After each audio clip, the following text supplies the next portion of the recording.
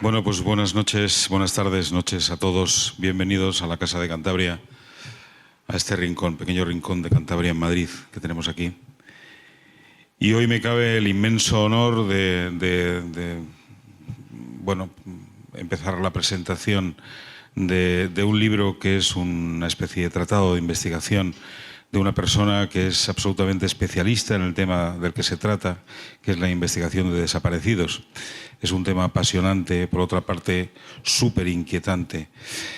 Y les ruego, por favor, si pudiera ser, que apagasen sus móviles antes de que empiecen a sonar, porque suele pasar estas cosas. Para mí, yo conocí a Ángel Galán. En esta mesa estoy en calidad, aparte de como presidente de la Casa de Cantabria, estoy en calidad también de representar un poco al mundo de la investigación privada, ya que también soy detective privado, aparte de abogado. Y bueno, yo creo que es un tema muy candente, muy especial también para los detectives, para la gente que precisamente el comisario Ángel Galán, una de las cosas que dice en su libro, que dice en este tratado, es que efectivamente todos debemos estar, todos debemos ser actores, tanto las fuerzas de seguridad como los detectives privados, como, bueno, con todos aquellos que están investigando, debemos ser actores importantes en esto, porque todos podemos aportar nuestro grano de arena, ¿no? ¿Qué les voy a decir? Voy a leer un poco a las personas que me acompañan en la mesa. Vamos a estar acompañados, aparte de don Ángel Galán, el autor del libro, que es comisario principal del Cuerpo Nacional de Policía y presidente del Instituto de Probática e Investigación Criminal. Doña Belén Rubido, que está aquí a mi derecha, que es magistrada del Juzgado de Violencia de Género de Pontevedra y que también es una investigadora nata y además tiene una relación estrechísima con Ángel Galán en la experiencia profesional. Don Carlos Berbel, director de Confilegal, que aparte ha sido también estuvo en el Consejo General del Poder Judicial como asesor o director de imagen del Consejo General del Poder Judicial. Y bueno, y a mi izquierda, que ustedes, me imagino conocido por todos ustedes, don Juan Carlos Quer, que yo creo que en esta mesa representa mejor que nadie a las víctimas de desaparecidos. Y bueno, yo lo que quería decirles simplemente es que el libro me ha parecido un libro completamente apasionante, es un libro diferente. Yo creo que hay una serie de terminología utilizada por Ángel Galán, como es, que para mí yo creo que es muy importante, que es lo que él llama la escena fantasma, la creación de la escena fantasma en los investigadores, que es el dato principal que da luz un poco a la investigación, ¿no? Digamos que es un libro que nos habla de eso, de la metodología, con palabras mayúsculas. Sin método no hay investigación. Y yo creo que a partir de las 8:30 aproximadamente vamos a dar paso al turno de preguntas. Y sin más preámbulos voy a dar paso también a Ángel Galán para que nos adentre un poco en el inquietante mundo de la investigación de desaparecidos. Muchas gracias.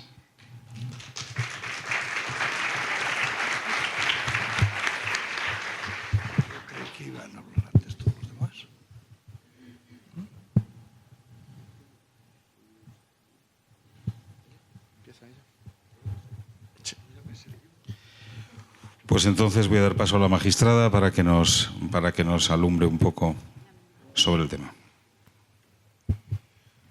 Bueno, buenas noches a todos. Muchísimas gracias por la invitación. Quiero agradecer a mi muy admirado Ángel Galán la invitación, la oportunidad de dedicarle estas palabras y sobre todo porque la verdad que es que la generosidad que tiene y tuvo a la hora de trabajar, a la hora de colaborar en algunos casos que estuvo trabajando conmigo cuando fui magistrada de instrucción en Galicia, primero en Vilagarcía de Arousa y después en Vigo, y realmente había muchos casos en los que su pericia y la de aquí Jaime y Luis Muñoz, que son otros de los policías con los que tuve el placer de trabajar, pues era muy importante. Y esa pericia del investigador de raza, del investigador que nace para ello, que se nota que le gusta, que es su vida, pues muchas veces se pierde después de que efectivamente pasan una serie de años, se actualizan los sistemas de investigación, y es verdad, ya hay muchos métodos de investigación nuevos, novedosos, que nos pueden ayudar, pero es necesario seguir con esa pauta de metodología clásica en la investigación que es tan importante. Porque, y aunque ha sido petición expresa del autor del libro, voy a hablar del libro y no voy a hablar del autor, pero necesariamente son dos cuestiones que están claramente intrincadas. No puedo separar hablar de este libro y no hablar de la investigación o investigaciones que él lleva a cabo. Realmente es un libro en que la investigación criminal se ve como lo que es un arte. Es un arte en el que se conjugan muchas, yo diría casi todas las ciencias forenses en las que es necesario un perito experto. Entonces el investigador, como el magistrado instructor también, necesita de conocimientos y engarzar todas esas piezas que la investigación criminal exige. Pues así es como estructura Ángel Galán su libro que es nada más que un mero atisbo del acervo de sabiduría que él contiene en sus muchos años de trabajo. La investigación, como les digo, es un arte muy complejo. Dentro de las distintas investigaciones, la de desaparecidos, la investigación de un desaparecido, es de las más difíciles que hay, lo digo por experiencia. Y entrando aún más en las llamadas, como se dice en el libro, desapariciones inquietantes, aquellas en las que hay vestigios de que no es una desaparición accidental o una desaparición querida por el desaparecido, pues realmente es casi obrar un milagro el tratar de solucionar ese puzzle del que tenemos normalmente unos datos muy fragmentados, muy fragmentarios, y unir cada una de esas piezas de puzzle es tremendamente difícil. Porque se parte normalmente de un dato que también hace el libro, que es la primera comunicación. Me gusta mucho, quizás porque como trabajé en ello, esa primera comunicación de los asuntos en los que se produce una desaparición inquietante es fundamental. Pero no solo fundamental quién la hace, cómo se hace, si se puede recuperar, qué nos da, porque a veces solo tenemos eso, solo tenemos una persona que dice que otra persona no ha llegado al lugar donde supuestamente se dirigía o que ha pasado X periodo de tiempo sin tener noticia de ello, porque es eso básicamente el ausente, el desaparecido. Ese es un hilo muy endeble, pero del que tenemos que empezar a tirar. A partir de ahí, y como hace el libro, es como una especie de telaraña en la que vamos tejiendo alrededor de un pequeño dato todo lo que finalmente nos va a dar pues para atrapar o intentar atrapar, en este caso, al autor o en su caso autores, o en su caso ver dónde podíamos tirar o dónde podemos encontrar el dato fundamental. Estas certezas, conduciros a la averiguación del hecho es lo que él analiza muy bien en el libro, desde un punto absoluta y completamente práctico, muy cercano a la realidad investigadora de los que trabajan en la investigación criminal, pero destaco sobre todo algo que es muy importante, porque, como se dice en el libro, si no hay metodología, la intuición no basta. Sin duda, un investigador tiene que tener una propensión innata a la curiosidad, a la perspicacia, a la intuición, a ese sexto sentido, sin duda, pero si no hay método, eso solo no basta. Y él lo que hace es urdir esa tela y establecer todos y cada uno de los pasos que un buen investigador debería dar. Y esto desde el punto de vista de los que trabajan en la investigación, de los detectives, de los letrados, de los jueces, fiscales, pues es muy importante saber cómo trabaja la policía para entender cuáles son sus pasos. En esa pequeña aproximación de lo que se debe hacer, pues se sigue un escrupuloso orden metódico desde esa primera noticia criminis, desde ese primer momento en el que sabemos que puede haber una desaparición inquietante, y intentar hacer una cosa que es muy complicada, y a mí me resulta muy complicada, que es mantener la calma. Cuando se llega a una inspección ocular, yo siempre hago esto y se lo digo muchas veces a los alumnos, lo que hay que hacer es inspección ocular, pararte, mirar y darte cuenta de qué cosas no tienen sentido. O cómo es una persona. Los perfiles criminalísticos sirven para eso, sirven para saber cómo es la persona que desaparece y su entorno. Es muy importante saber cómo se produce esa desaparición, qué circunstancias rodeaban a los familiares, a las motivaciones, intentar reconstruir completamente, sobre todo al principio, durante las primeras 48 horas, reconstruir la vida de esa persona que estamos intentando buscar. Debemos partir siempre de la premisa de que está viva esa persona. Tenemos que buscarla en tal sentido y tenemos que recabar todos cuantos datos sean necesarios. Seguramente el 80% de esos datos serán inútiles, pero lo que no sabemos a priori es cuáles son los datos que nos van a dar la clave para luego encontrar efectivamente los indicios definitivos. Yo lo he experimentado, pues contaba esta tarde cuando he tenido el placer de comer aquí invitada con el presidente, pues que muchas veces cuando llegamos a un escenario del crimen nos preocupamos por la sangre, las cuestiones, no. Hay que pararse. Por ejemplo, en el caso que tuve yo en Vigo, pues lo que hubo era que había que ver mucho cómo era esa persona. El fallecido era una persona muy ordenada. ¿Qué había que buscar? Lo que estaba fuera de ese orden. Lo que estaba fuera de ese orden era relevante. Entonces, todo eso es lo que un poco Ángel nos va explicando con una didáctica muy ligera, muy fácil de leer, párrafos cortos, nada exagerados, ni intrincados, ni con un lenguaje difícil de entender. Es muy didáctico.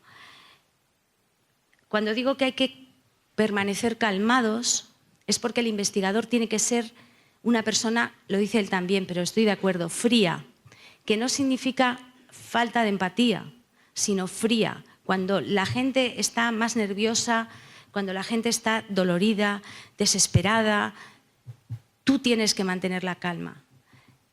Por eso porque el fragor de la batalla, el fragor del momento, los sentimientos a flor de piel hacen que muchas veces pierdas la concentración y pierdas detalles muy importantes ya desde el inicio. Y eso es lo que él hace muy bien, lo hacía muy bien en la Brigada de Desaparecidos.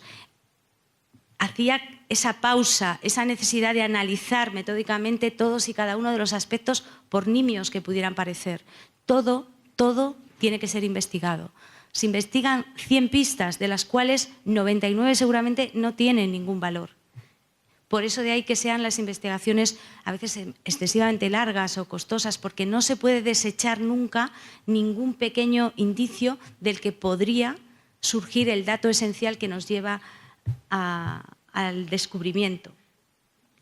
Porque tratamos sobre todo de hacer un servicio esencial en la sociedad, que es ponernos al servicio de las víctimas, intentar solventar ese problema tan inmensamente doloroso como es una desaparición, que en cualquier caso, cualquier delito es tremendo, pero cuando hay una desaparición realmente es dolorosísimo para la familia, que no puede cerrar ese capítulo. Entonces, intentamos, y a través de este método lo que se pretende es llegar a una investigación compleja, pero al mismo tiempo tratar de hacer esa justicia, que es lo que en el fondo hace que sea una percepción eficaz. Es verdad que se producen muchas situaciones tremendas, la presión mediática, la presión de los superiores, de los que tienes al lado, de los que no creen en ti, y realmente yo siempre les digo a los policías que trabajan conmigo, es que ustedes son muchos, pero yo estoy sola y a veces es muy duro, porque si no tengo esa colaboración del investigador que me ayuda a la hora de investigar un delito, realmente a mí hay muchas, y a mí y a todos los compañeros que instruimos los casos, hay muchas cosas que se nos escapan y que necesitamos. Por eso es muy importante en las investigaciones, esto sí que creo que el libro lo trata muy bien, de que es muy interdisciplinar o multidisciplinar, es decir, tiene que haber caminos de doble dirección entre el investigador y el juez instructor, pero también con el fiscal, con el letrado de la defensa, con el letrado de la acusación, con los familiares, con los medios de comunicación. Todos tenemos que estar en una misma dirección y ser, además, comunicaciones bidireccionales. Es muy difícil porque a veces los intereses son contrapuestos, pero sí que es verdad que es muy importante, como hace él, no olvidar ninguno de los, vamos a decir, de los distintos partes del abanico. Yo, ya para terminar, hay una de las cosas que quiero destacar dentro de esos mecanismos, que es la importancia de esos primeros momentos y también el debate, la discrepancia, el que discutamos. De las discrepancias nacen las mejores ideas. Y de hecho yo tengo que decir, siempre lo cuento, que con Ángel y Jaime, la primera vez que nos vimos, y esto es real, lo voy a contar, la primera vez que nos vimos, el comisario Ángel Galán me dijo: mire, yo tengo que venir aquí a hablar con usted, yo llevaba un asunto. Y le dije: mire, yo con usted no tengo absolutamente nada que hablar. Esa fue la primera vez que él y yo hablamos, y esto es verdad. Y al final, porque teníamos una serie de discrepancias que luego aclaramos, es decir, en esas discrepancias, en ese debate, en esa claro, pero siempre que hay una comunicación y una doble dirección. Y él encaja muy bien y nos dice muy bien en el libro cómo se van tratando todas esas aristas de esas personas todas que participan en la investigación.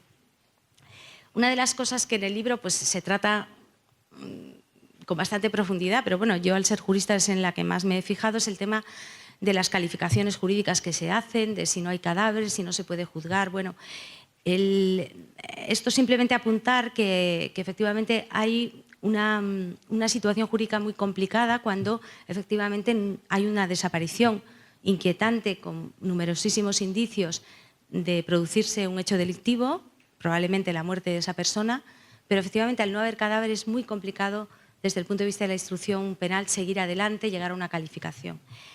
Hay un artículo del Código Penal, que es el 166, que es el que establece, que se introdujo en el Código Penal por el caso El Nani, creo que todos reconocemos, que es aquel en el que se dice que después de haber una detención ilegal o un secuestro, la persona que de alguna manera se convierte en esa persona que cuida o que ha secuestrado o que ha privado de libertad a esa persona, si no da razón del paradero, se castiga con las mismas penas que el homicidio.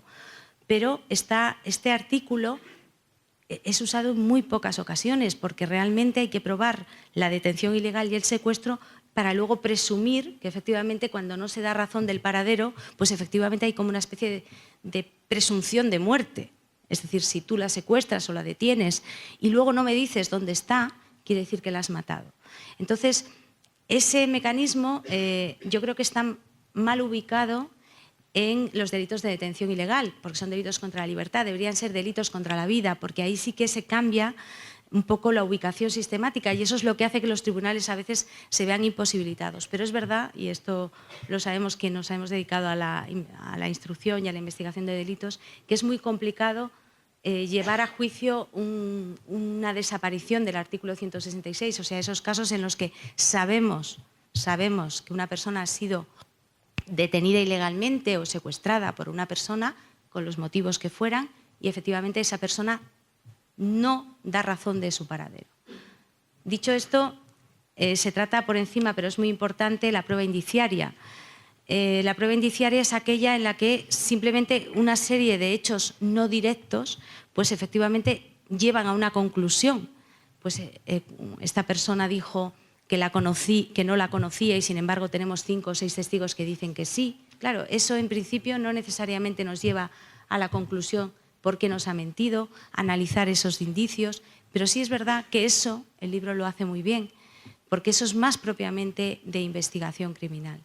Yo solo quiero agradecer, no quiero pasarme del tiempo, me dijeron un cuarto de hora y esto intento ser puntual. Quiero agradecer que Ángel haya escrito este libro porque yo he aprendido mucho, quizás todo lo que sé de investigación, que no es demasiado, pero todo lo que sé me lo enseñaron pues Ángel Galán y Jaime, aquí presente también. Y ese trabajo es muy duro, pero muy satisfactorio, te hace grande, te hace sentir que puedes hacer un servicio a la sociedad. Y realmente yo sí me hice jueces para eso. Y quiero agradecer, por lo tanto, que él ha tenido la generosidad de compartirlo con todos y le doy la enhorabuena por este libro. Muchas gracias.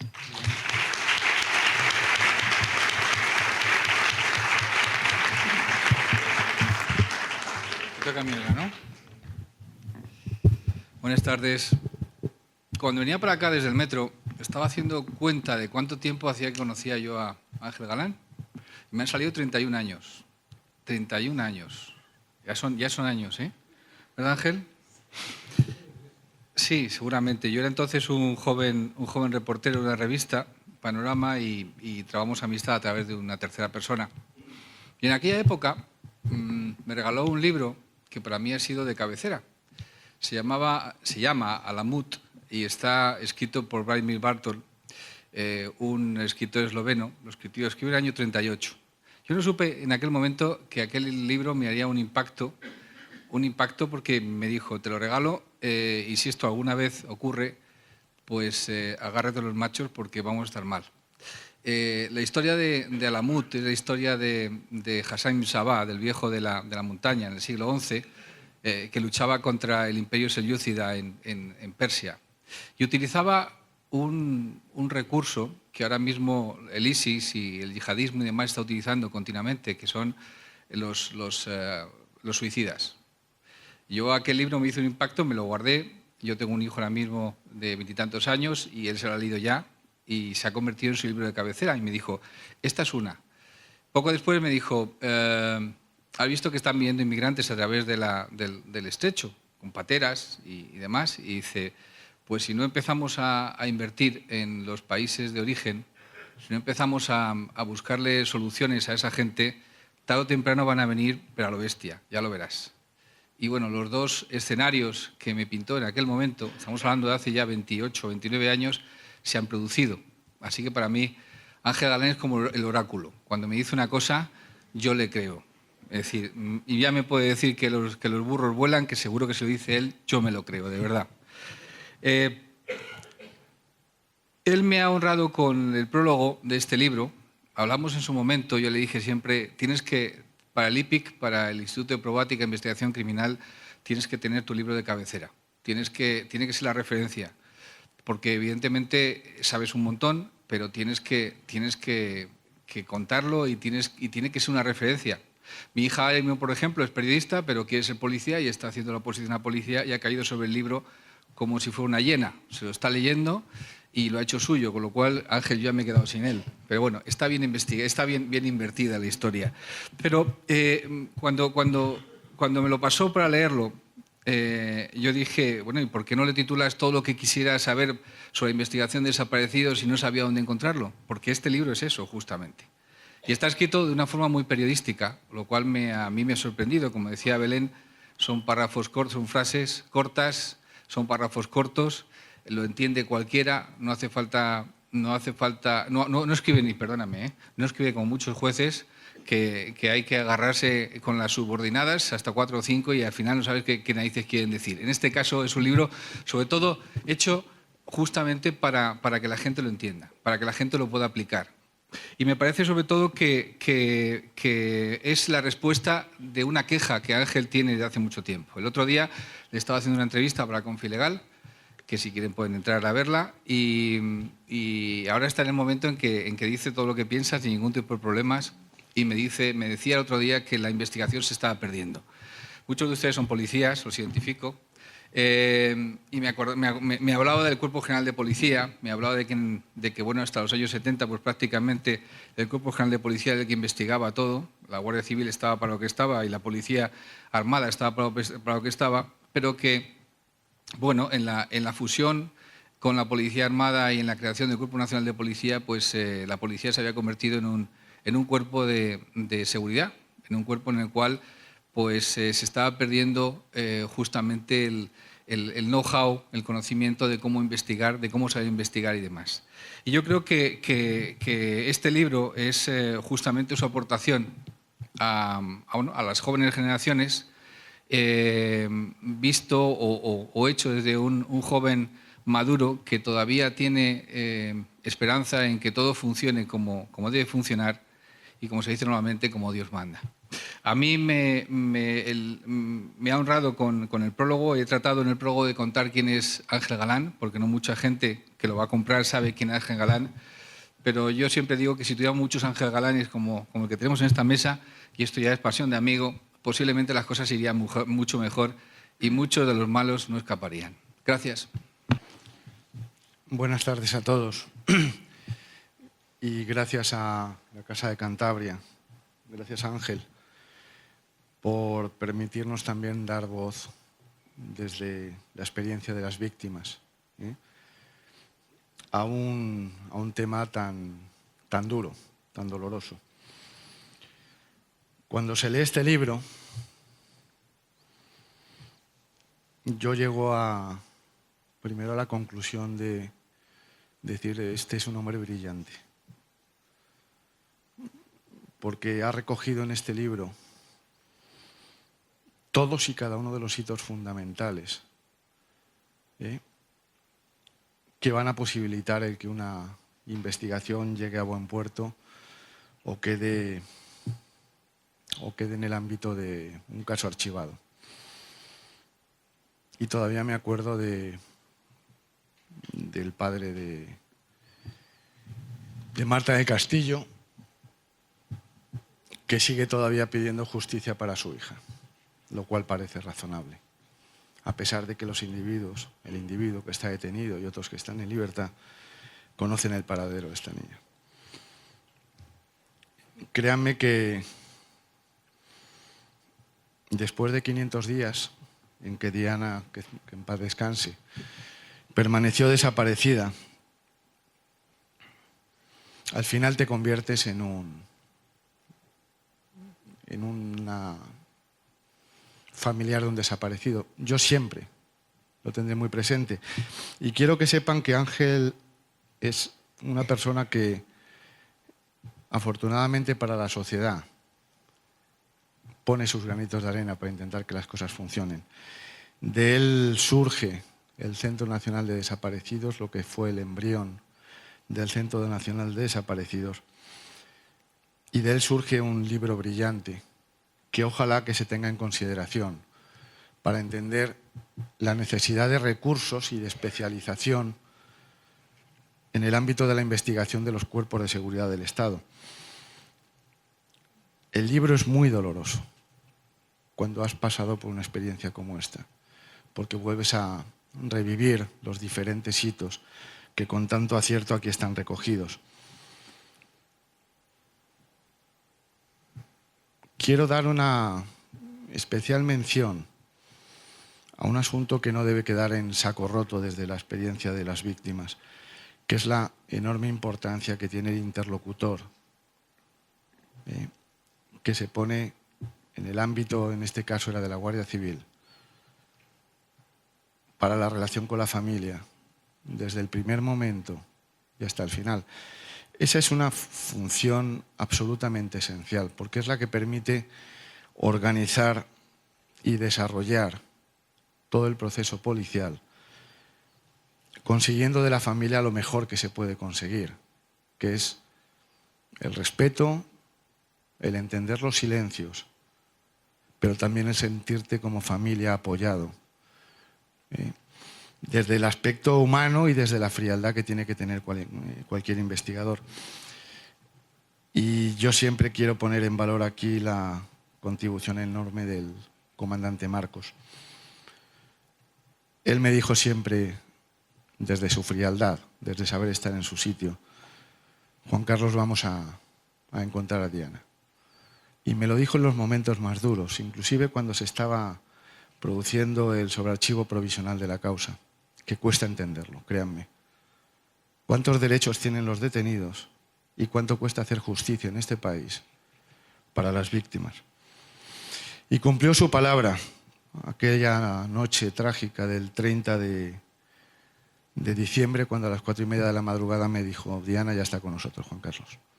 Desafortunadamente, no en el modo en el que todos esperábamos. Les voy a dar un dato que es revelador de por qué este tipo de contribuciones son necesarias. 20.000 desaparecidos al año. En nuestro país está emergiendo en este momento el Estatuto de Desaparecidos, en el cual yo estoy absolutamente implicado, porque se da a dar un reconocimiento a nivel del derecho en nuestro país a una figura que no es una víctima, porque todavía no hay víctima mientras no hay cuerpo, y tampoco es una persona, no es un civil al uso, porque no está. Lo cual deja a las familias en una nebulosa absolutamente brutal y desgarradora.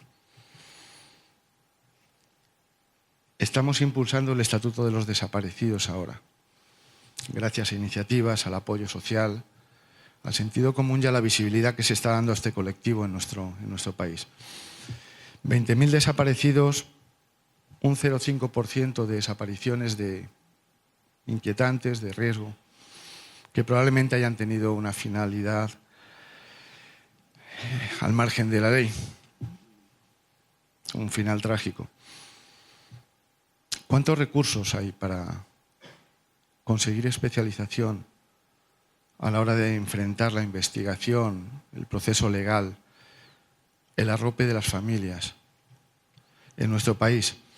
Pues muy poquito, si lo comparamos, por ejemplo, con el presupuesto de la violencia de género. Hablamos de 150, 200 desapariciones que probablemente tengan un resultado criminal, y la dotación de presupuesto es muy baja. Y como Ángel conocerá, y lo conocen todos los interlocutores que están en esta mesa, cualquier planteamiento de eficacia para poder atender esta realidad social necesita, como no puede ser de otro modo, recursos. Así que en este sentido yo creo que ya es una buena contribución que tengamos una introducción a la investigación de los desaparecidos y a esa demanda implícita que está en el libro de la necesidad de especializar. De dar también acogimiento a las familias, porque un delincuente en nuestro país tiene la justicia gratuita, tiene todos los acogimientos que le da el sistema de derecho. Pero créanme que las familias, y si son muy humildes y no tienen recursos, no tienen más que el desamparo.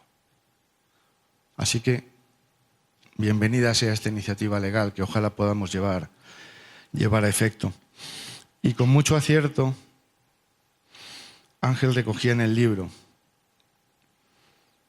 todos aquellos elementos que sí o sí acaban concurriendo siempre en este tipo de investigaciones. Los medios de comunicación. ¿Cuánta ética profesional hace falta en nuestro país para poder entender el dolor adicional que se es capaz de generar del modo más injusto y sin ningún tipo de fundamento ni de criterio? Y no solamente es el dolor para la familia, es el entorpecimiento del trabajo policial, que con acierto también aquí se censura. En el caso de el crimen de este niño, víctima de Ana Julia,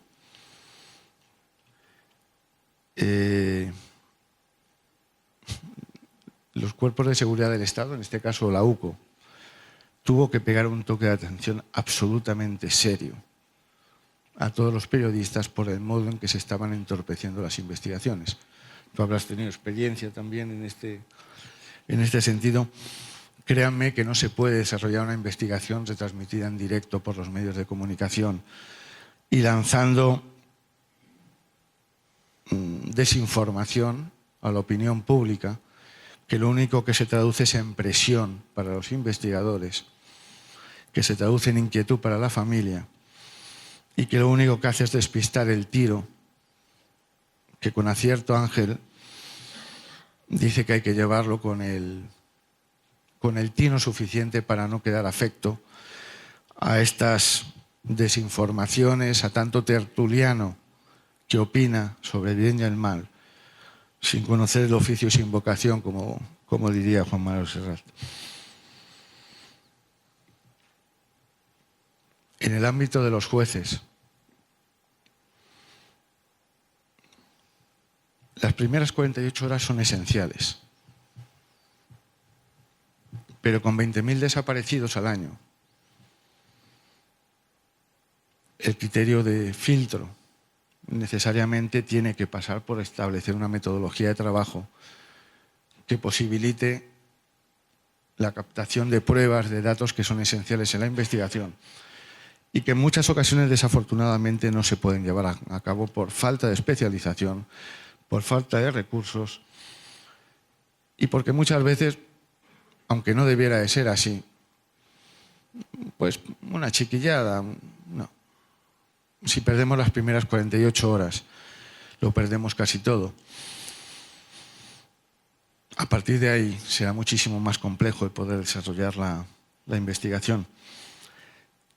Yo tengo la enorme satisfacción, gracias al trabajo de la Guardia Civil, de poder llevar a mi hija unas flores a un lugar digno.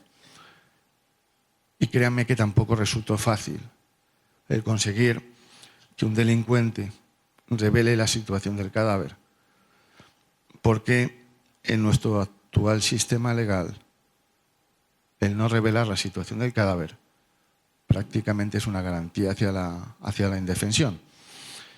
Por eso la legítima petición de que para este tipo de delincuentes que generan ese dolor añadido, parece razonable que se incorpore a la prisión permanente revisable la omisión de la identificación del lugar del cadáver. La Guardia Civil en el caso de Diana hizo un extraordinario trabajo policial, aun a pesar del sobrearchivo provisional, lo cual significa que tuvieron que trabajar en muchos casos con las dificultades añadidas que conlleva el estar detrás de un individuo que se sabía en el punto de mira, pero sin poder llevar a efecto por determinadas comprobaciones o determinadas averiguaciones, porque en algún momento se tomó una decisión por parte del juez instructor, que por supuesto yo respeto como no puede ser de otro modo, aunque no compartiera, ¿no? Cuando este individuo estaba metiendo en un maletero a otra niña que hubiera terminado en el mismo pozo que Diana, y no precisamente para llevarla a misa, la Guardia Civil estaba preparando todos los dosieres para llevárselos al juez.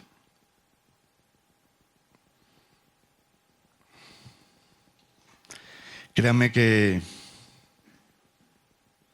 ahora que tenemos el juicio por delante, les puedo testimoniar lo difícil que resulta hacer justicia en nuestro país. Porque detrás de 2 años prácticamente de tener a Diana en un pozo, obviamente no quedan vestigios en el cuerpo de la niña, alguno ha quedado.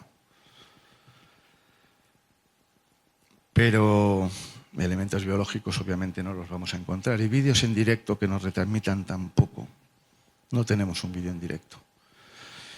Sí la importancia de que podamos llevar a efecto y por la vía del sistema indiciario el poner a este individuo que decía a sus padres en una carta lanzada a los medios de comunicación: me van a pedir homicidio imprudente y en 7 años voy a estar en libertad, y de momento vender las entrevistas a 10.000 euros para que vayamos haciendo caja. Esa es la conciencia de este tipo de individuos. Ese es el arrepentimiento de este tipo de individuos, que era padre de una hija y del cual, bueno, yo creo que se pone en evidencia. Desafortunadamente después nos ha pasado también con Lara Olluelmo. el hecho de que hay determinado tipo de individuos que no les vamos a negar su derecho a la reinserción, pero sí vamos a calificar de que es altamente improbable, ¿no? Y desde ahí nuestra sociedad tiene que defenderse con normas como la prisión permanente revisable. Permíteme, Ángel, que abandere esta justa causa. Y al mismo tiempo, el que dotemos a instituciones penitenciarias, a los funcionarios, de los recursos necesarios también, para que puedan desarrollar su trabajo de un modo efectivo y que consigamos la reinserción allá cuando sea posible.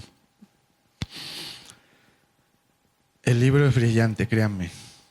Cada uno de los hitos que recoge Ángel, incluido la vuelta atrás para volver a reevaluar los hechos y volver a reconcentrar los puntos que podamos tener débiles, son esenciales. Tan esenciales como que en el caso de Diana se reconstruyó la feria al año siguiente, exactamente el mismo día, con los mismos medios y con los mismos operadores que estaban allí funcionando en aquel pequeño pueblo de la Puebla de Caramiñal. Y solamente eso posibilitó un hito esencial en la investigación para poder llegar después a la imputación de este individuo. Se ve en el libro de Ángel una sistemática de trabajo de quien ha intentado combatir a este tipo de delincuentes. Y yo me quedo con lo más importante que tiene el libro, que es la necesidad de dotar recursos a nuestro sistema legal para que podamos gestionar las investigaciones y el posterior procedimiento judicial con el nivel de especialización que requiere la desaparición de un desaparecido. Darle las gracias por su trabajo, por su contribución social, porque créeme que es de un altísimo valor. Así que a pesar de lo doloroso que ha sido este libro, me siento muy satisfecho de poder estar aquí para decir, aquí tenemos una buena contribución para que alertemos las conciencias y pongamos los medios para que no exista un solo desaparecido en nuestro país. Siempre me acordaré de la madre de Carolín del Valle. 16 añitos, desapareció en Sabadell. A los 6 meses archivaron provisionalmente la causa de su hija. Y me parece que han transcurrido 3 o 4 años. No tienen ningún tipo de apoyo. La investigación no se sabe si funciona o no funciona, porque tampoco hay una conexión entre los cuerpos de seguridad del Estado y la familia. No hay psicólogos que apoyen las iniciativas, no hay abogados de justicia gratuita que permitan amparar los derechos de la familia y también de la víctima. Siempre suelo decir lo mismo: las personas no desaparecen, pero no deben de desaparecer sus derechos en una sociedad avanzada. Y con ello, las gracias en nombre del colectivo de los desaparecidos y gracias a todas las personas que están aquí contribuyendo a mejorar nuestro sistema. Gracias.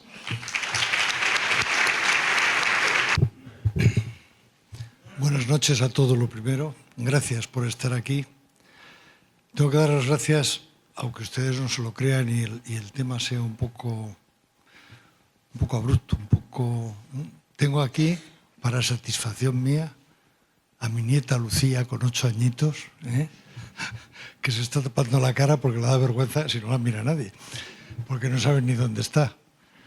Muchas gracias, Lucía, por estar aquí.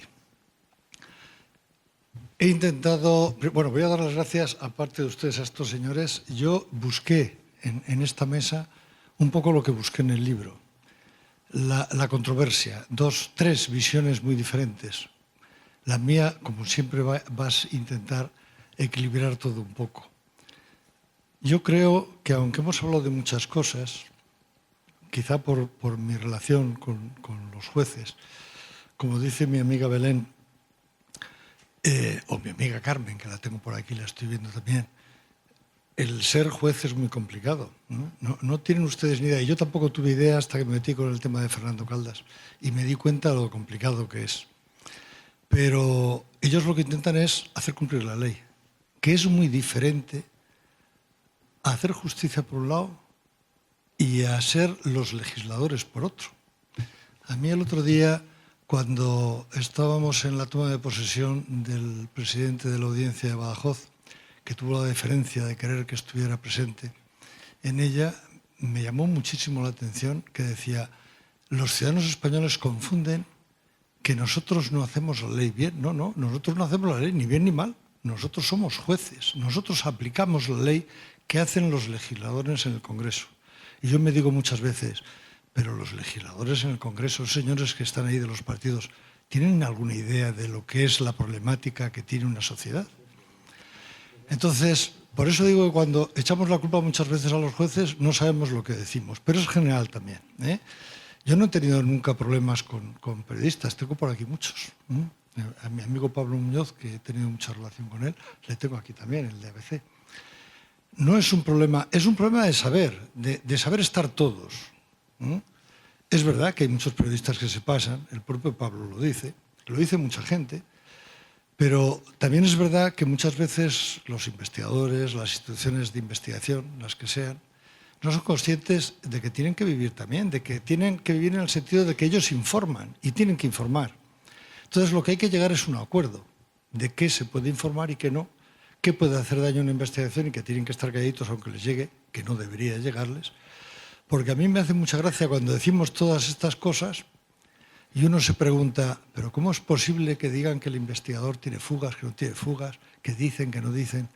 Cuando el Tribunal Supremo dice que aunque haya un secreto de sumario, si llega a los periodistas y la información es importante que se dé y ya no hay secreto de sumario, pues esto no hay quien lo entienda. Y es el Tribunal Supremo. Así que tenemos muchos problemas. Pero ahora ya, una vez que he dado las gracias a estos tres señores, que como saben ustedes, los tres son amigos, aunque a Juan Carlos Quer le he tenido que conocer en unas circunstancias que no me hubiera gustado conocerle, y eso que no he sido parte de la investigación, pues te lo llevaba a la UCO, pero les agradezco a los tres sus visiones del libro. El libro yo le he tratado de hacer exclusivamente como un interés real mío para explicarme, yo creo, para decir a la sociedad española que tenemos un problema gravísimo que no queremos ver, que no hay nadie que sea capaz de enseñarlo. Por tanto, este libro lo primero que tiene es la intención o el objetivo de dar una visión global de qué problema tenemos con las desapariciones. Yo le decía al director, que no sé, en este momento no recuerdo el apellido del coronel que manda el Centro Nacional de Desaparecidos, pero le decía, el problema no es si hay 6.000 o 10.000, como digo yo, si eso es lo de menos.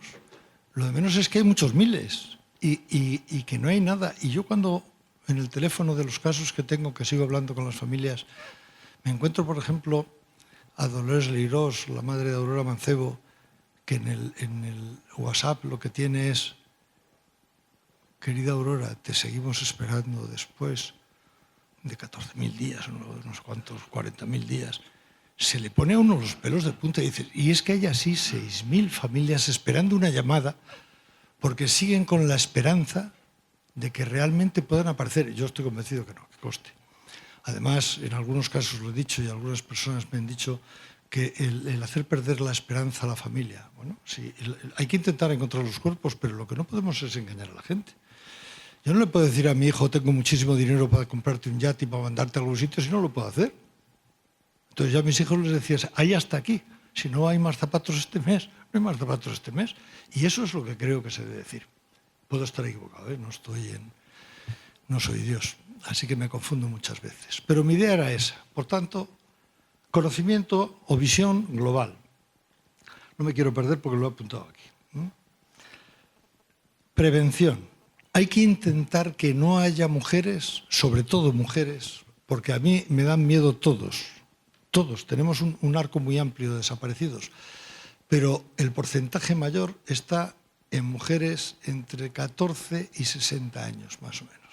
Ahí es donde tenemos el verdadero problema. Y son mujeres casi todas. Porque si cogen ustedes desde 3 años a 14, hay hombres, hay niños y niñas casi por más o menos, por el estilo. Hay un poquitín seguramente más de niñas, pero vamos, muy poco. Y si cogemos por encima de los 60 hay muchos más hombres. Se conoce que los hombres perdemos la cabeza antes. No me extraña con la sociedad que tenemos, pero bueno, alguna cosa tiene que tener. Entonces hay que tratar de prevenir para que no pase. Hay que educar. Igual que luego hablaremos de que hay que formar a los investigadores, hay que educar a los seres humanos, hay que educar a los niños en los colegios para que tengan cuidado con ciertas cosas. De tal manera que tengamos alguna posibilidad de evitar que esto se produzca. Porque si no se produce, no hace falta investigar. O sea, es así de sencillo. Si no hubiera ninguna posibilidad de que una persona la hicieran desaparecer, habría acabado el problema. Luego eso es lo primero. Pero luego necesitamos, después de dar visión al problema que tenemos y de hacer una prevención, formar a la gente que va a investigar. Y formar significa formar. Formar por gente que tenga experiencia en el tema. Lo que está haciendo la UCO, que tiene muchísima importancia, y lo que está haciendo el Cuerpo Nacional de Policía es muy importante, pero están empezando de cero. Ese es el problema que yo le veo. Yo sé que habrá muchos compañeros míos y muchos oficiales de la Guardia Civil que no estén de acuerdo conmigo, pero es una realidad.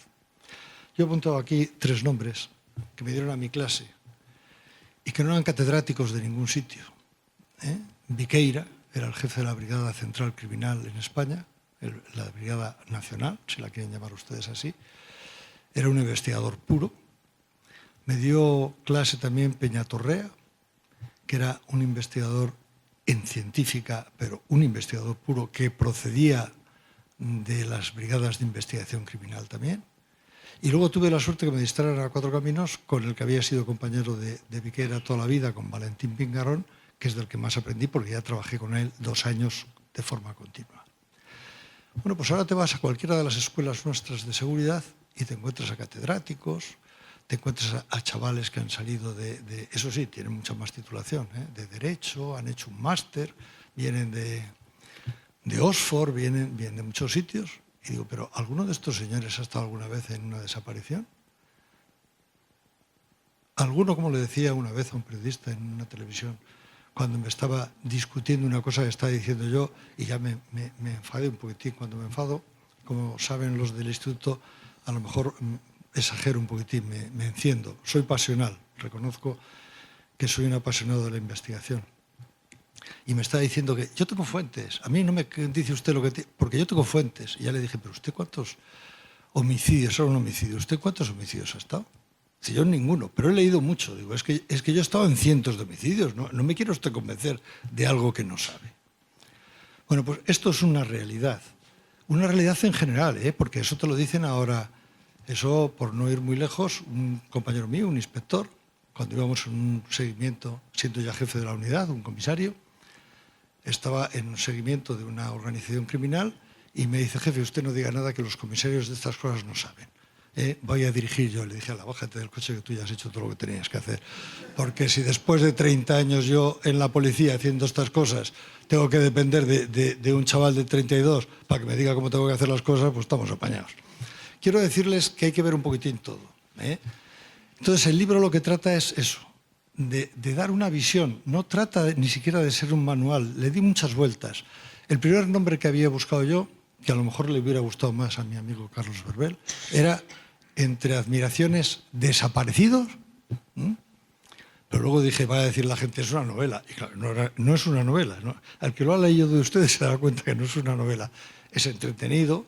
Yo no sé hablar con grandes cosas, no hago bibliografía, no pongo cosas de cosas raras, porque he sido un hombre, casi le diría que del campo, no es verdad, soy madrileño, soy urbanita, y he aplicado quizá un método, sí, porque soy economista, y a nosotros en empresas sobre todo nos enseñaban a organizar la empresa, a organizar el marketing, a vender aquello. A ver primero lo que teníamos y si lo podíamos vender, que era otra cosa. Bueno, esto es un poco lo mismo. Entonces yo cuando le dan tantas vueltas a las cosas le digo, ahora sabemos más, y me dicen todos mis compañeros y toda la gente que está dedicada a cosas desaparecidas, mucho más y tenemos mejores herramientas. Digo, porque cada vez hay más desaparecidos y cada vez más homicidios sin esclarecer. Algo falla. A mí no me podéis convencer de algo que en vez de ir bajando va aumentando y que me digáis que funciona mucho mejor, porque eso no tiene sentido.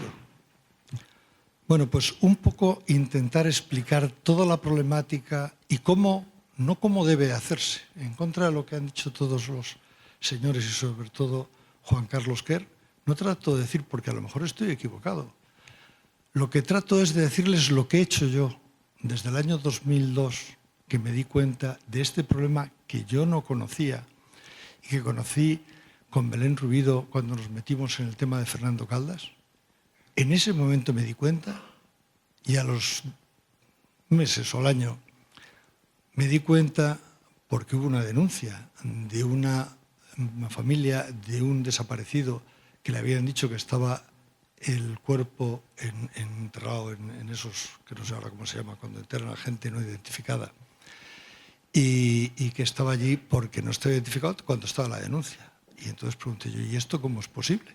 Y me dijeron, es que la base de datos de cadáveres sin identificar es diferente a la de desaparecidos. Digo, ¿estamos locos en este país? Y entonces empecé a hablar con la Secretaría de Estado para decir que teníamos que hacer una base nacional. Y me dijo, ¿ustedes ahí en el Cuerpo Nacional? Digo, no, pues si a la Guardia Civil, a la Ertzaintza y a los Mossos les decimos que vengan aquí a tomar datos, ¿para qué queremos más? Digo, no, háganlo ustedes en la Secretaría de Estado, pero pongan todo.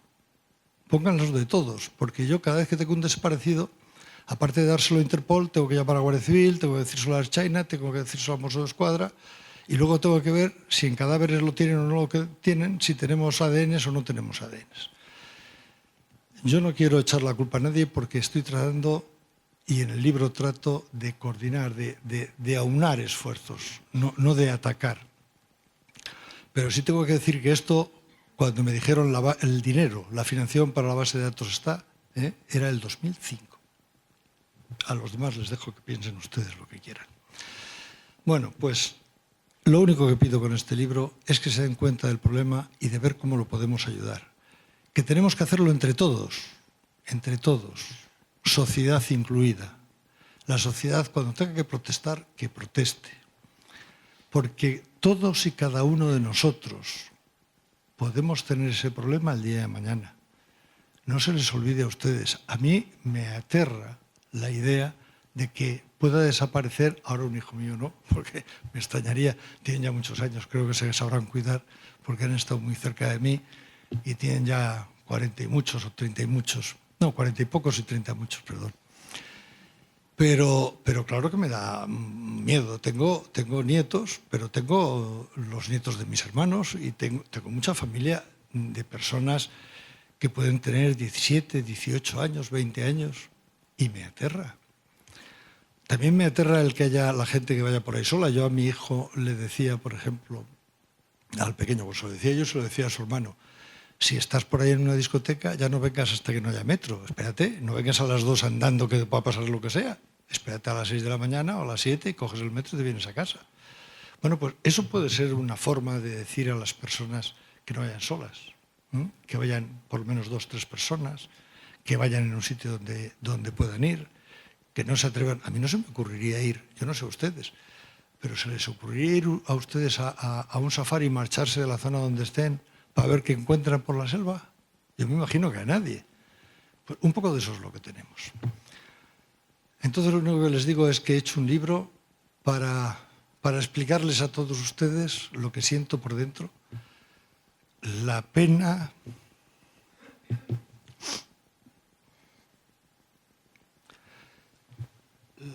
que me da la cantidad de gente que tenemos precisamente en esas condiciones, que tienen que ser conscientes de que hay que encontrar soluciones y que si no hay herramientas jurídicas para conseguir las cosas, hay que ver que el legislador encuentre fórmulas, no ilegales. No se trata de forzar nada. Todo el mundo tenemos derechos, hasta los delincuentes, pero todos los desaparecidos también. Muchas gracias.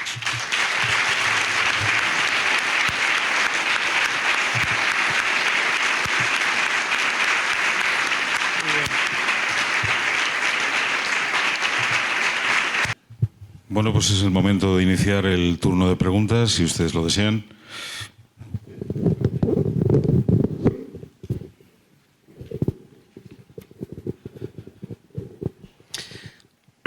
Buenas tardes, soy Carlos Lacazi, soy abogado.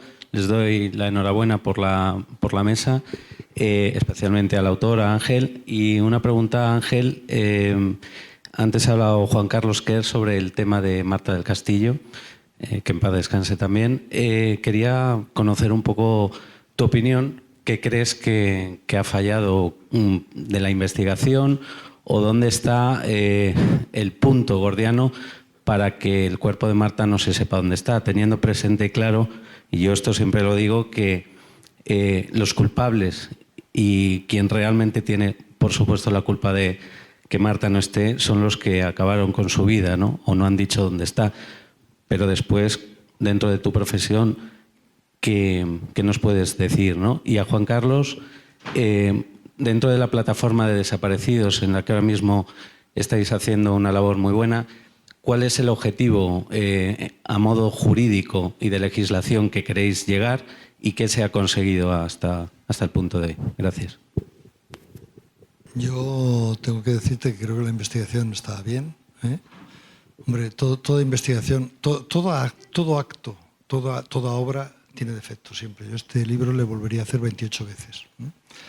Y me imagino que cuando termine una investigación, no me imagino, te digo, cuando termine una investigación, y tengo por aquí compañeros míos, siempre decía, ¿y podríamos haber hecho esto? Luego eso siempre puede ser, pero en general la investigación está bien. ¿Qué es lo que falla? Pues falla la legislación. Quizá lo que habría que decir es una persona cuando ya se sabe que ha matado, cuando ya se sabe que ha tenido participación, alguien ha llevado el cuerpo, quien sea, aunque no tengamos la seguridad, tiene que estar en un determinado... Se podría decir, por ejemplo, pues está usted condenado a 17 años de cárcel, que se van a cumplir, y además con todas las cosas de bonanzas que se ha hecho usted más días, tal, sale antes, pues sale antes, salvo que no nos diga dónde está el cadáver. Entonces estará usted aquí hasta que se muera, igual que está el cadáver, por ejemplo. Pero que eso tiene que ser legislación. ¿Eso podría considerarlo la sociedad tortura? Pues entonces no lo tendremos y tendremos que asumir eso. El problema no está en qué hay que hacer para conseguir las cosas, sino ¿nos merece la pena a la sociedad que eso sea así? Sí, está bien. Es así de sencillo. No, yo no creo que haya que darle más vueltas.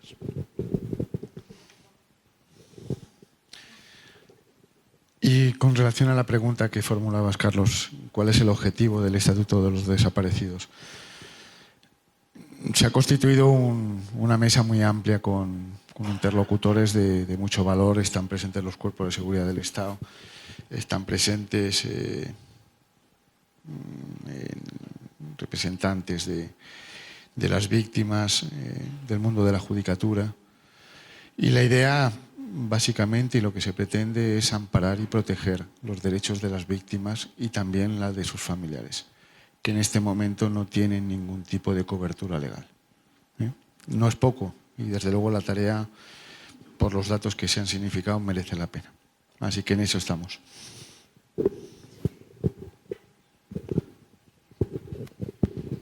Buenas tardes, soy Carmen Ruiz, de la Junta Directiva de la Casa Cantabria. Quería felicitar a Ángel en nombre de toda la Casa Cantabria, no solamente por el libro, que todavía Ángel no he tenido ocasión, pero que lo haré inmediatamente de leerlo. Sé que es un trabajo por todo lo que han dicho los que lo han leído, incluido nuestro presidente, que es una obra excepcional, muy bien tratada, muy didáctica, pero también por toda la labor que has hecho a lo largo de todos estos años y que desde el 2002 sé que estás dedicado en cuerpo y alma pues a este tema. Entonces creo que has sido muy tenaz, muy sensible con un tema tan delicado como este y bueno, pues quería felicitarte y por supuesto dar la enhorabuena por haber traído a la Casa de Cantabria esta conferencia y felicitar a todos los participantes. Ahora quería preguntarle a Carlos Quer que, bueno, también la labor que está usted haciendo es encomiable. Yo creo que usted está trabajando en cuerpo y alma por la causa. Y le quería preguntar si usted, me consta, que tiene contacto con los partidos políticos y con los gobernantes, pero usted también tiene acceso o se lo han facilitado a los legisladores, porque efectivamente la ley es una cosa y la aplicación de la ley, que es la que hacen los jueces, yo también soy abogada en ejercicio de Estado, pues que es otra bien distinta. Entonces, ¿en qué situación está eso? No solamente lo de la revisión, o sea, la condena revisable, perpetua revisable, sino también esto que nos ha dicho, probablemente el Código Penal necesita reformas importantes, porque ese tema ha estado ahí dormido, ¿no? Entonces ahora, con toda la actuación de unos cuantos de ustedes que están luchando mucho, ¿cómo está eso? ¿Tienen ustedes facilidad a llegar a los legisladores para que se pueda avanzar en esta materia? Muchas gracias. En primer lugar, que se comprenda por qué unos padres tomamos esta iniciativa. No es otra que la de poner en valor la vida de nuestros hijos. El dolor es tan brutal que te quedan dos cosas. Una es irte a llorar y la otra es perpetuar su memoria intentando que contribuya a una sociedad un poquito más justa y mejor para los que permanecemos aquí, ¿no? Y a esa causa nos pusimos para denunciar desde la ciudadanía y al margen de cualquier ideología política, algo que los españoles estamos demandando. Los legisladores, nuestros políticos, por definición, se deben a los ciudadanos y deben de legislar de acuerdo con la realidad social. La prisión permanente revisable, excepto en Croacia y Portugal, existe en los países más avanzados de Europa. Es una pena vigente desde el año 2015, no es una cadena perpetua, como las fuerzas progresistas, mintiendo, han intentado testimoniar, es conforme al Tribunal de Derechos Humanos. Y lo único que intenta es evitar que asesinos como Montoya, que le pidió al juez que no lo dejen salir porque volverá a asesinar, es dar conciencia a la sociedad de que ante determinado tipo de individuos también la sociedad merece protección. Antes de ayer, 72 horas. Y la magistrada tendrá muchísima experiencia también en este sentido. Volvían a encarcelar al violador del estilete. Me parece que son 56 las violaciones que ha cometido. Ha pasado por prisión no sé cuántas. En base a nuestra normativa penal vigente, se aplica en tercer grado penitenciario simplemente a individuos que, aunque no hagan ningún curso de reinserción, porque no es obligatorio el que lo hagan, se les pone en libertad por el mero hecho de que observan un buen comportamiento en la cárcel, como no podía ser de otro modo. Pero en cuanto salen, la pulsión sexual y los más depravados instintos de este tipo de individuos se ponen de nuevo encima de la mesa para atentar contra la integridad sexual o contra la vida de personas inocentes, ¿no? Así que quien ha intentado defender el cumplimiento íntegro de las condenas en nuestro Código Penal como la respuesta a este tipo de individuos, ya tienen la respuesta en el propio Montoya o en el violador del estilete. Es jamás nos rehabilitamos, algunos. Como sociedad les debemos de dar la oportunidad, pero también prevenir, en evitación de que se ponga en libertad a individuos que no están rehabilitados de modo efectivo. Conseguimos cambiar en el mes de marzo la posición de Ciudadanos, conseguimos cambiar en el mes de septiembre la posición del Partido Socialista en la persona de su ministra, que ya decidieron no derogar en caliente. Y lo único que pedimos los españoles es sentido común, porque la vida de nuestros hijos no es ni de izquierdas, ni de derechas, ni de centro. Es del partido del sentido común, que sé que casi todos los ciudadanos de bien llevamos como estandarte, ¿no? Y la única censura que tendrán será nuestro continua denuncia, formal denuncia, para que sepan que lo pagarán en las urnas aquellos que no adopten las medidas de prevención para la gente de bien, que también tenemos algunos derechos aparte de los delincuentes. Hola, buenas tardes. Soy Anabel Carrillo, de la Fundación Quién sabe dónde Global, por las personas desaparecidas, que fue impulsada por el periodista Paco Lobatón, que no ha podido venir y que manda excusas por no estar. Y yo quiero darle la enhorabuena a Ángel. Todo lo que venga a aportar una denuncia activa contra la situación que viven ahora ya con datos oficiales, aunque mañana nos darán nuevos datos, posiblemente en el Centro Nacional de Desaparecidos son 10.000 familias y hay 25.000 denuncias cada año por desaparición, y todo lo que venga a aportar, paliar esta terrible drama que tantas personas sufren, pues es muy bienvenido. Sabemos que hay problemas en la investigación. Hay pocos investigadores, poca formación en investigación. Sabemos que hay una legislación insuficiente y dispersa y, efectivamente, como se ha dicho, estamos trabajando muy a fondo para promover un cambio y una nueva ley, un estatuto jurídico que mejore la situación. Sabemos que las familias están sin atender y nosotros tampoco disponemos de todos los medios que se necesitan, los recursos para darle atención psicológica, legislativa a las familias, y sabemos también que hay una enorme falta de coordinación entre Guardia Civil y Policía, y también entre las policías autonómicas. Y hay que decirlo, y también hay que decirlo citando el caso de Caroline del Valle, que lo ha citado Juan Carlos Quer, como una niña de 14 años en Sabadell, que ahora hace 4, el día 17 tiene una manifestación para que no se olvide su caso, pues se encuentra en manos de la Policía Autonómica. La familia ha pedido hace mucho tiempo que puedan intervenir la Guardia Civil o otros policías, y realmente resulta complicado, ¿no? Dicho todo esto, quisiera preguntarte, aunque conozco parte de tu opinión sobre el Centro Nacional de Desaparecidos, es el instrumento que el Gobierno nos ha dotado para, por lo menos, avanzar de manera significativa. Sé que tú no eres demasiado optimista con esto, pero en su instrucción se recogen funciones muy importantes que debieran hacer y que, si se hacen, podemos hacer un frente común importante, ¿no? Quiero conocer tu opinión sobre cómo se puede trabajar, o qué expectativas tienes con el Centro Nacional de Desaparecidos. De qué manera puedes aportar tú u otras personas al Centro Nacional de Desaparecidos, y, desde luego, cómo hacer más fuerte un instrumento que ha nacido para dar respuesta, o al menos así quisiéramos pensarlo.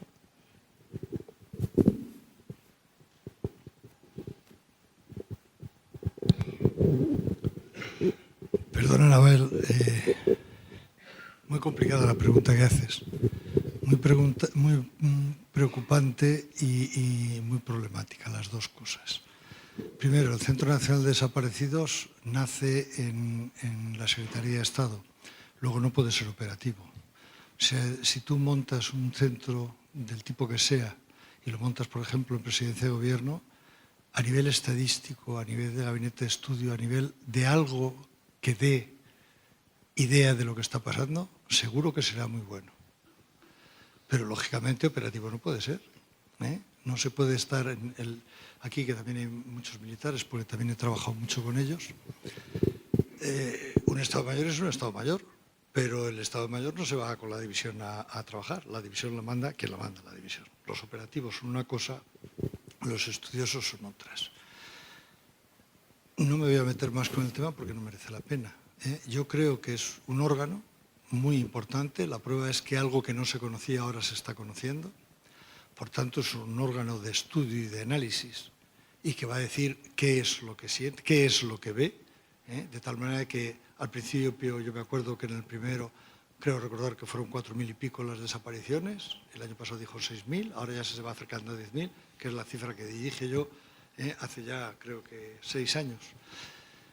Entonces, bueno, es lo que es. Soy comisario principal, he dejado el Cuerpo Nacional de Policía hace 6 años, o 5 y medio, y nadie me ha llamado. Luego, no me necesitan, ¿eh? Y yo tampoco voy a pedir nada a nadie, porque no lo necesito tampoco yo. Yo puedo hacer lo que he hecho ahora y ya está. Yo tengo que agradecer el año y medio que le he dedicado a este libro, no me ha aguantado los gobiernos de donde sean, ¿eh? Me ha aguantado mi mujer, que cada vez que me decía algo decía, déjame, que estoy escribiendo un libro. y lo que he quitado es tiempo a mi familia, pero nada más. Entonces, ¿qué tendrían que hacer estos centros? Y yo creo que el objetivo real que tiene, que es el del estudio, análisis y de alguna manera direccionar qué es lo que se debe hacerse, eso lo va a hacer. Tardará un poco más, un poco menos, pero lo va a hacer, porque para eso están. ¿Tiene suficiente gente? Yo lo último que supe es que tenía, me parece que 8 o 9 funcionarios. Entonces, con 8 o 9 funcionarios yo tampoco he sido nunca capaz de hacer muchas cosas. Yo cuando mandaba la ODE Central, que es como la UCO más o menos, eran 400 o 500. Yo con 8 personas no creo que, bueno, 3 personas había en homicidios y desaparecidos cuando llegué a la sección, cuando yo me marché había 20. Porque lo primero que le dije al director es, no tiene sentido, ¿a quién vamos a buscar con 3 personas en España? Yo creo que te he contestado a todo lo que me has preguntado, pero te agradezco que hayas venido de todas maneras. Quisiera aclararles en lo referente a los partidos políticos de si están por la defensa o no de la prisión permanente revisable, que esto está en los estatutos y en los objetivos políticos del nuevo partido Vox. Nada más.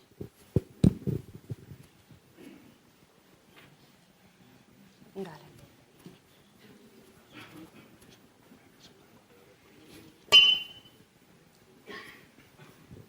Muchas gracias.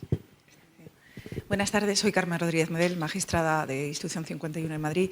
2 cosas. Una, un profundo agradecimiento a Ángel, no solo por su trabajo en la Policía Nacional durante todos estos años, sino por haber tenido la iniciativa de este libro y de reunirnos hoy para hablar de este tema tan absolutamente importante. Y les quiero trasladar un poco una pregunta porque en todas las intervenciones que me han parecido realmente muy interesantes he echado de menos la referencia al fiscal.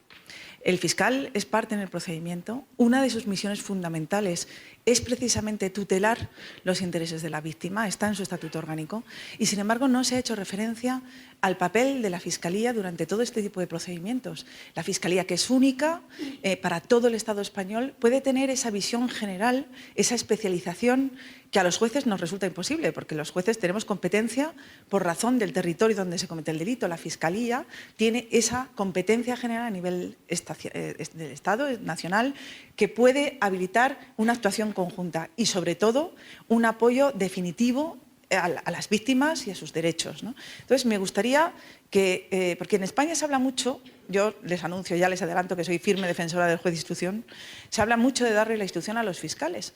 Y yo me planteo, si más que darle instrucción a los fiscales, tenemos que potenciar el papel que hoy tiene la Fiscalía en estos casos, por ejemplo, potenciando esta defensa de los derechos de la víctima. Porque creo, y aquí con esto ya acabo, que la reflexión final es que lo que no puede pasar, desde luego, es que nadie que comete un delito de estas características quede impune, pero sobre todo tampoco puede pasar que las víctimas, y en esto me dirijo al señor Kerr, tengan esa sensación de abandono, de desvalimiento, que realmente me parece algo insoportable en un Estado de Derecho. Querida magistrada, tienes razón. No puedo decirte más que tienes razón. Sí te voy a decir el por qué no figura nada. Yo no me he encontrado en ningún momento, y si hay algún fiscal y se siente dolido, lo siento, en ningún momento me he encontrado de alguna manera apoyado por la Fiscalía. Nunca. Lo digo con dolor, pero lo digo tal y como ha ocurrido. Siempre he encontrado el apoyo del juez, siempre, siempre, inclusive para decirme que lo que pedía o lo que iba a hacer no se podía hacer, pero siempre lo he encontrado. A los fiscales no. De tal manera que yo, igual que tú, cuando a los cursos sí, que conste, a los cursos de desaparecidos llevo siempre a fiscales.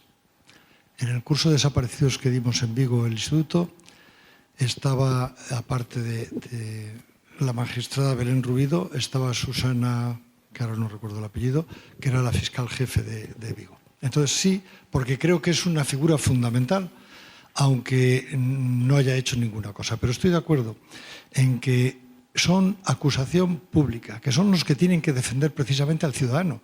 Y como tienen que defender al ciudadano, cosa que no puede hacer el juez, porque el juez está de forma imparcial para, de alguna manera, decir la ley dice esto, luego esto es lo que tiene que hacer, o para instruir cuando está instruyendo. Sin embargo, el fiscal debe hacer la labor que tú dices. ¿Por qué no lo hace? Porque yo creo que tienen, y si hubiera alguno seguro que o si hay alguno que no lo sé, me llamaría la atención. ¿Tiene una empanada mental? Yo, una de las veces que hablé con uno de los fiscales, me dijo, comisario, está usted equivocado. Yo tengo que velar por los derechos de los detenidos. Digo, hombre, eso lo hace el juez, que da, de alguna manera vitaliza o da verdad a los derechos de todos, víctimas y acusados. Usted no. Usted siempre ha oído decir que es el Ministerio Público, la acusación pública. Si es la acusación pública, ¿cómo me va a decir que está defendiendo al otro? Bueno, pues por eso no figura en este libro, porque en el libro, como he dicho, no es un manual exacto. Es lo que yo pienso. Y como yo nunca hubiera trabajado hoy en día, y luego le digo lo mismo que ha dicho usted. Eso ha salido con jueces y fiscales. ¿Usted de qué es partidario? He dicho, yo creo que los fiscales no saben instruir. A lo mejor aprenden con el futuro, pero si de repente pasara todo a los fiscales, creo que tendríamos un mare magnum. Lo creo desde la experiencia de 45 años. ¿Que me puedo equivocar? Sin ninguna duda, me he equivocado muchas veces. Lo que pasa es que yo, cuando me equivoco, retrocedo, y no me importa decir, me he equivocado. Todo el mundo no lo hace. Gracias. Buenas noches. Yo soy muy cortito para hablar, por tanto voy a ser también cortito para el tiempo. Soy el hermano del autor, por tanto se me ve el plumero enseguida. Enhorabuena, querido hermano. Pero están todos ustedes equivocados. ¿Ustedes creen que hay algún político, creo que hay uno que he oído por ahí, que le interese algo esto? Los políticos luchan por el voto, ni por los detenidos, ni por los acusados, ni por los desaparecidos. No, señores, no les interesa nada, les da igual. Cuando hay que poner dinero para hacer una cosa de esas, me acuerdo de las palabras de un señor que me presentó mi hermano en una ocasión, que había dado dinero para hacer para mejorar las prisiones. Y le dijeron, hombre, podría usted dar ese dinero, que es importante, para el colegio de huérfanos, de lo que sea, que no lo voy a comentar. Dijo, no, que es que yo al colegio ya no voy a volver. Era un político. Con esos, ya acabo enseguida, les deseo a ustedes la mejor fortuna del mundo, pero lamentablemente, de los que estamos aquí, no creo que lo veamos nadie. Enhorabuena otra vez.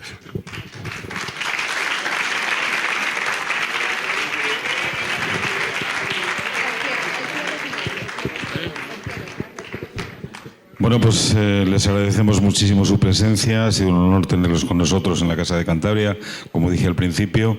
Y bueno, esperamos verles cuando hagamos un acto tan fantástico como el que hemos tenido la oportunidad de tener esta noche aquí y con estos oradores tan excelsos. Muchísimas gracias.